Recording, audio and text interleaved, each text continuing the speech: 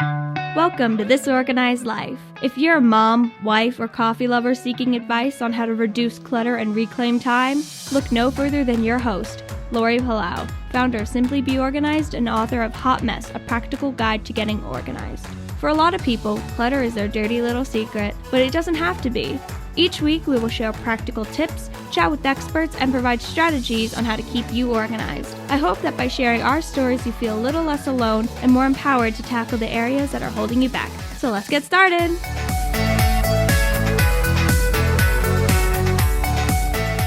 Let's switch gears, and I want to talk about cooking, especially because we're during the holidays right now. And so people are nesting and cooking and entertaining and all the things. So, I mean, we could do multiple shows on cooking. So we're going to try to give some high level things, ideas, suggestions for people. Tell us, what are some of your, go-to things for people that maybe don't love cooking the way that you do, but find it's a chore. We still need to provide food for our families. Yeah. In terms of cooking?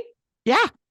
Yeah. Well, I say this all the time, never, ever try a recipe for the first time when you're entertaining. They would much rather eat your simple roast chicken and potatoes. It's absolutely delicious than you trying to make a terrine. Stick to what you know, and definitely practice if you feel that it's necessary. But I say this all the time, when people come over to your home, if you want to impress them, if you're into cooking and doing all the things, then maybe I would never, even for myself, I would never cook something now I just kind of make things up as I go, but that's what I do for a living. So it's a little different. But when I'm giving advice, I always say make sure you've cooked it at least once. Make sure how long, that you have a sense of how long it'll stay hot when it comes out of the oven. Make sure that you have a sense of how long it'll take to chop all the ingredients, because there's nothing that gives you more anxiety than just not knowing how things are going to turn out.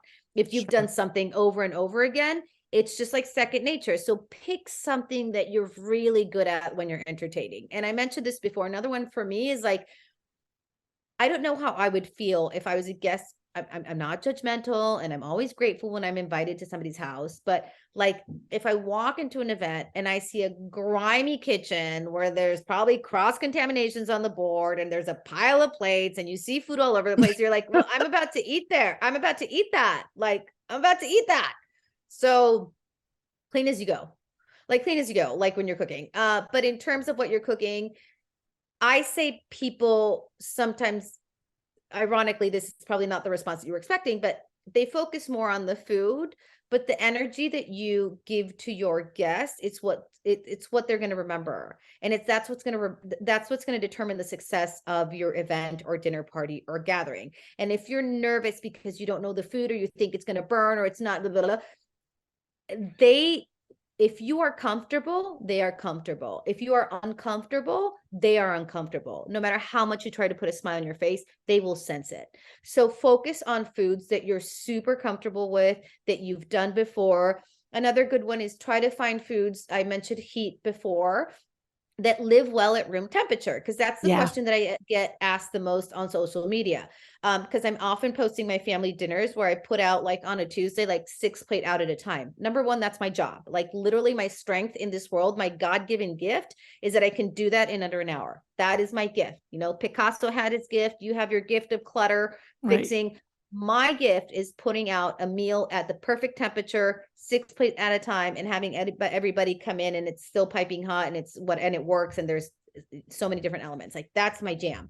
But that's the question I get asked the most. So try to focus on foods, put a lot of pieces that are happy if they're served cold, like salads or whatnot. And when it comes to for example, the main dishes, it's always smart, especially if you're entertaining, in groups of 6 or more, because I cook for 6 almost daily here. Braised dishes are an awesome way to go. Why? Because you're not cooking a la minute.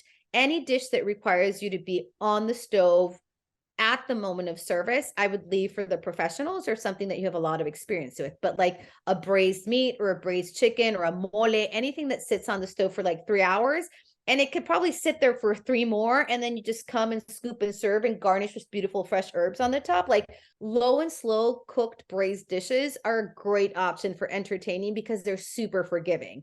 Oh, like, I love that. They're super forgiving. Like you do not want to put yourself in the spot of cooking a filet mignon, especially for more than 6 to 8 people. What are you going to stick a temperature in all 8, a thermometer in all 8 of them to make sure you have the perfect internal temperature? Like, don't do that to yourself. Do not do that to yourself. Pick dishes that are very forgiving in terms of internal temperature, proteins. Same for fish and chicken, like roast a chicken, braise a chicken, but things that that can, I love, for example, serving roast chicken, because once you roast a chicken, if it's properly covered, it can sit there for 30 or 40 minutes and retain its internal heat. And it actually gets juicier and more flavorful if you let it sit. So, but would I do a dish where I have to sear chicken and finish in the oven and do 20 different things? No, I would not. I roast chickens all the time. I make pasta dishes all the time because I have the sauce is ready. And the only thing I'm doing at that moment is cooking the pasta, which takes, 11 minutes. So just focus on dishes that maybe take longer to cook, but you can leave on the stove and go get yourself ready, go clean your kitchen, do what you need to do, and then come out and serve the food. Yeah. And that was one of my questions, was the prep, because I love to entertain. I love like just the whole experience of hospitality. I like people to come in my house and being able to like serve them a meal and just sit and relax with them. But it's important for me to want to also spend time, that quality time with the people. I don't want to be in the kitchen. So I know when I'm hosting, like we do a rotating dinner party with friends of ours. And so every 3rd month it's back at my house. Mm-hmm. And I try to do as much prep before they get there. So I only have to just do the finishing touches. That way I'm not in the kitchen, even though like my kitchen's open so that everyone could be in the space. I want to be able to have my focus on them versus what I'm doing. So listen, if you come to my home before a dinner party or a charity event, I host a lot of those here in my home in Chula, like every time. You would think there's a crazy person in the kitchen, because I literally have recipes separated on sheet pans per recipe, because I want to do the least amount. And I'm like you, I will literally go through, think about what I'm going to make, how much I can make a day ahead without sacrificing freshness or quality. I will go through recipe and prep all of that ahead of time. I'll see how much I can make in the morning. Like I'll make as much as I can ahead of time, and everything is arranged on a baking sheet per recipe. And I will just, and it makes it so easy, because when it's that turns recipe at the stove, you just pull this baking sheet and bring it next to you in the stove. And then God, you're like, this is like music to my ears. I love this. But you know what? It's so crazy, because for the longest time I didn't talk about it because it's so innate to me. It's so innate to me that I didn't think it was worth sharing. But you know what I'm saying? Like, it's like, tie your shoes so you don't trip on your shoelaces. Like, you don't think you have to say that stuff, but you have to say it to your kids. You know what I'm saying? And it's the same with cooking. Like, I forget that some of these things are so innate to me, but they don't occur to other people. Separate your ingredients by baking sheet. Go through your recipes in your mind. If it's not a written recipe, what you can do a day ahead. You can chop herbs a day ahead and they'll still be fresh. You keep them in a zip top bag and put in your fridge. You know what I'm saying? You can do so much, and people leave stuff to the last minute. You can do so much the day ahead, and you can do almost all of it in the morning of the event. That is me. I'm like you. I'm just basically assembling and cleaning by the time it's dinner time. I love it. I love it. Let's talk for a few minutes. I mean, I could talk to you all day about all of this stuff. I really could.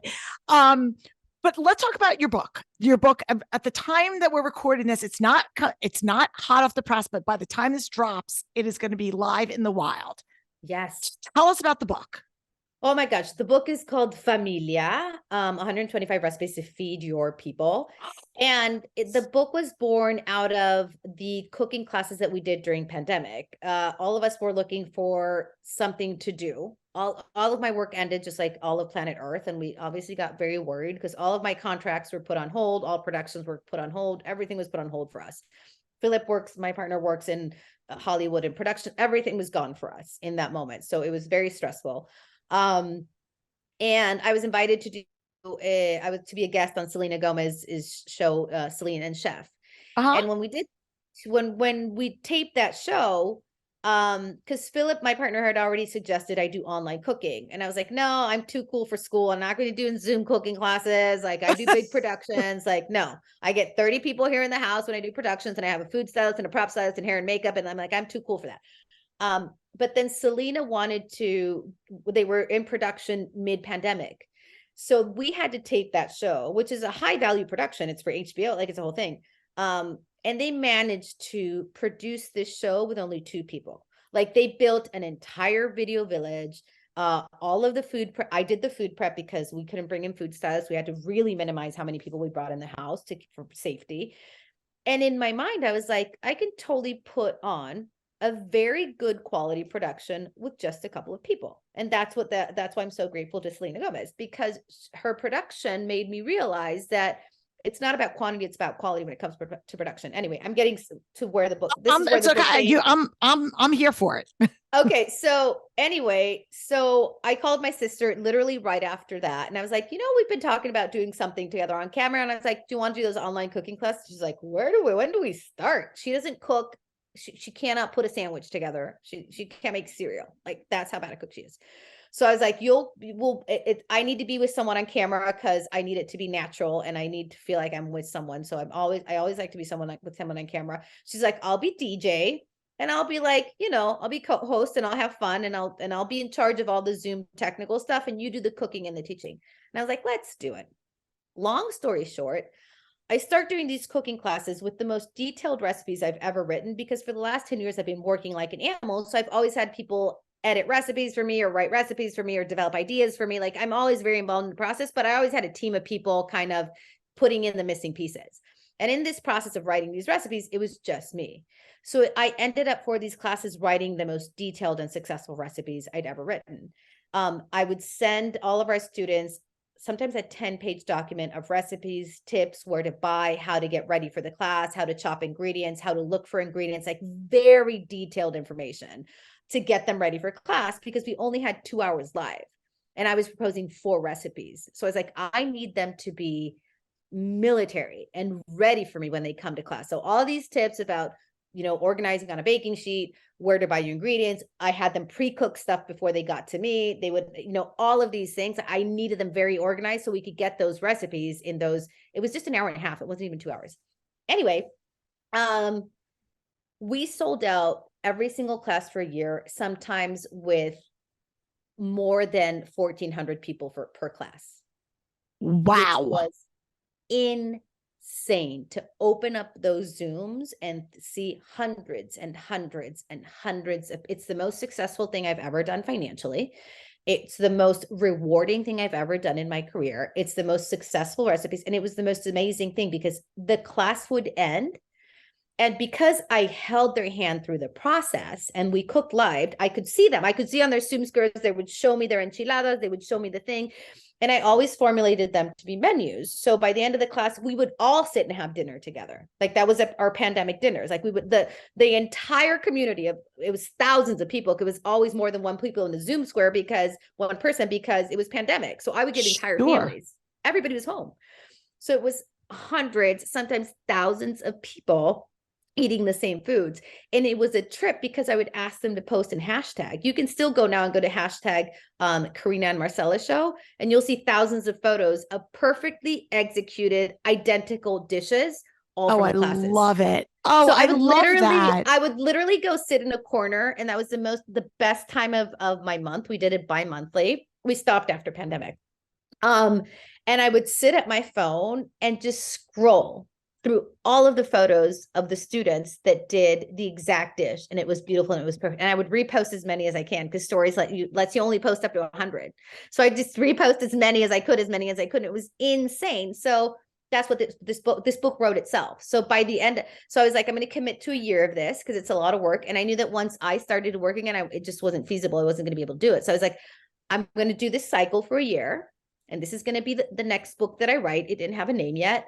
And I took it to publishers, and a few of them wanted it, and I ended up with Voracious Books. And that's what I say about this book. Like, this is the first time ever that a cookbook has been tested, vetted, posted, cooked, and loved by hundreds, thousands of people before it's even published. And the only people that have those recipes are my students. So now they're going to be available for Planet Earth. Wow. I love it. Oh my gosh. What an incredible story. And again, another just testament to thinking outside the box and using your gifts in a way when we were all like, what are we doing? And we were looking for new things to learn, new things to do. How can we make this every day not seem like Groundhog's Day, and be able to bring that joy to your students? What a gift. What a gift.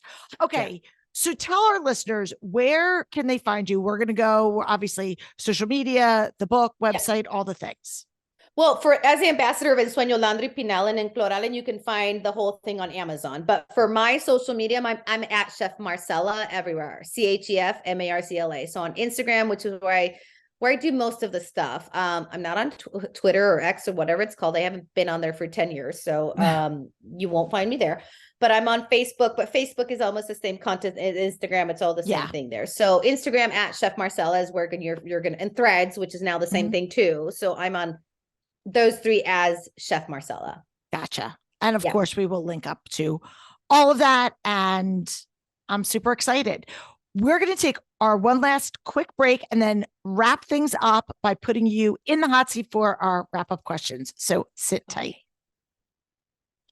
Oh my gosh. Like I said, Marcela, I could talk to you all day about all the things, because I just think you're a joy and super fun, and really just your enthusiasm for the home and having pride in your home and doing these things and looking at them as an opportunity versus a chore, I think is so great and refreshing, and just aligns so organically with this, everything that we're doing here. It's the that, right? I always look at it's the that, it's not that you necessarily love cleaning a toilet or wiping down a baseboard, but it's so that you can have this feeling of calm and peace and all the things. Oh, thank you for saying that. I truly, truly love my home. I truly love my home. I think we all have different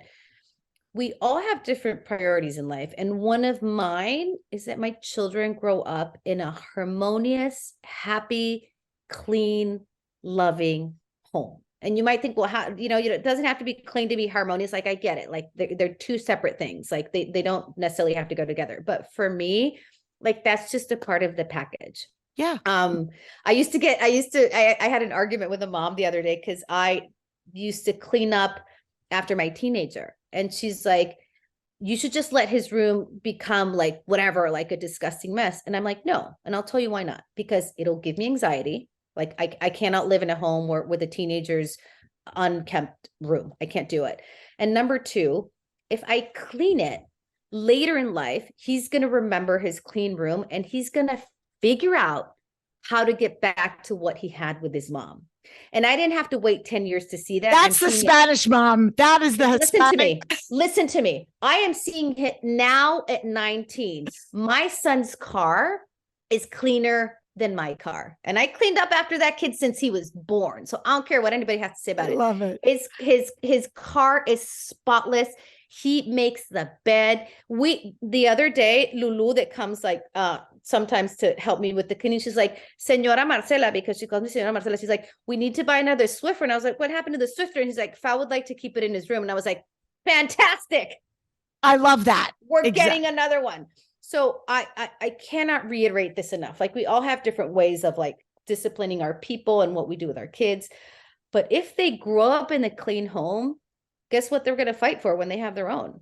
You know what I'm saying? Like, and that was me. Like, I'm just looking to replicate what I grew up with, which was a very, very, very clean house. Well, you're leading by example. And that is what we try to teach people when it comes to organizing all of the things, whether it's in your career, whether it's in your family, like whatever it is, you're leading by example. And so I think it's just, I love it. And I love that you're passing the torch onto your kids.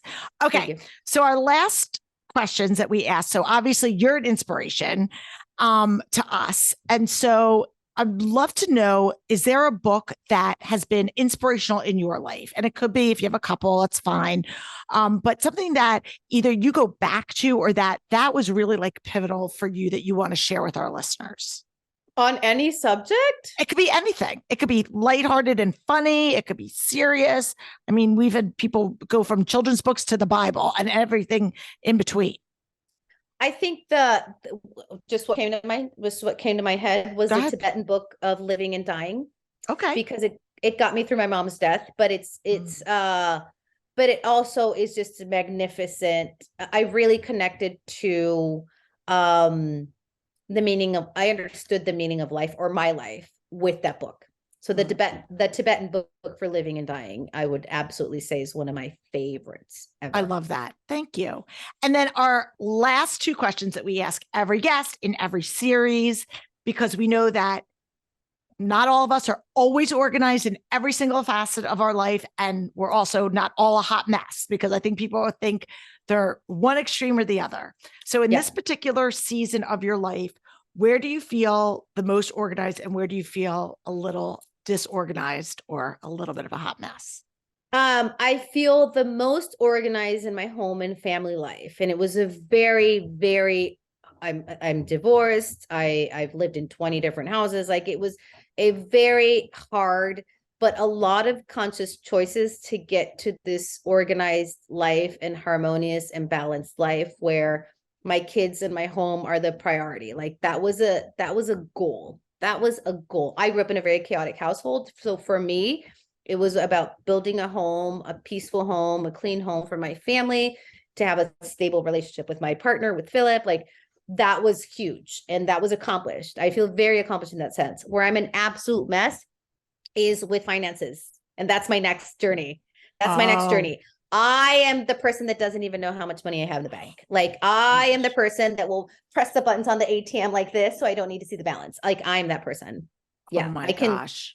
I am that person. I am that person. I have an accountant, thank God, that does everything. And that's how I live my life. Philip and my accountant, they can have all the conversations. Like, I don't want to know.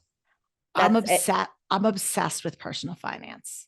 Like, oh my I have God, an accountant and my bookkeeper, but I am obsessed with yes, about budget, because I think, just like with organizing, it's the intentionality of it. I know. And listen, it is a learned skill. It is a learned behavior. And I know. I'm here for it. I know. I need therapy from you. I need to have a conversation with you offline about this, because, and yes. I've been told, and I've tried, and I've gone into the QuickBooks, and I've done it. And I'm like, I just don't want to deal with this. I hate it. It. So that's like my next thing to conquer is like, I mean, there's no need to worry. Like I said, there's people handling everything. I just tell them to tell me when I need to spend. Can I spend more? Can I spend? Like, I'm being very honest with you right now. You and Josh were separated at birth. I'm not even joking. Is he the same? Does he also go to the ATM like this? Well, he just says to me, am I allowed to buy this? I go, what do you mean? Are you allowed to buy this? I'm not your mother. Yes. That was me to the accountant this morning and the contractor for the remodel. Yeah. Oh my gosh. I'm going to empower you in this area. You've inspired and empowered us with cleaning and making it like a gift and fun. We're going to do the same for finances. That's it. Okay. Send me the resources. I need them desperately. I swear to you, I'm sure there's some trauma or something that I need to deal with. Like, something happened at some point. I don't know, but that's my next goal is to just face it. All right. And deal with it. Yeah. We got it. QuickBooks. Marcela, thank you so much. I'm so excited that we're able to have you on the show and share your wisdom with everybody. Again, if you like this episode, please don't keep it to yourself. Share it with a friend. Share this episode. Drop us a line on social media. Let us know what you think. And of course, leave us a 5-star review, because we love those too. So again, I'll be back next week with another episode. Until then, I'm Lori Plow. Peace out. Thanks for tuning in. If you like this episode, please spread the love and share it with your friends. And if this is your first time joining us, make sure to click the subscribe button wherever you are listening so you never miss an episode. And while you're there, please leave us a review so other people know that our show is worth the listen. You can also find us on YouTube and Instagram at This Organized Life Podcast. And if you'd like to connect with us, you can head on over to our website at simply the letter B like boy organized.com, which is filled with tons of resources, including free downloads, checklists, links to our amazing organizing partners, and all of our digital offerings. I'll see you next week for another episode of This Organized Life.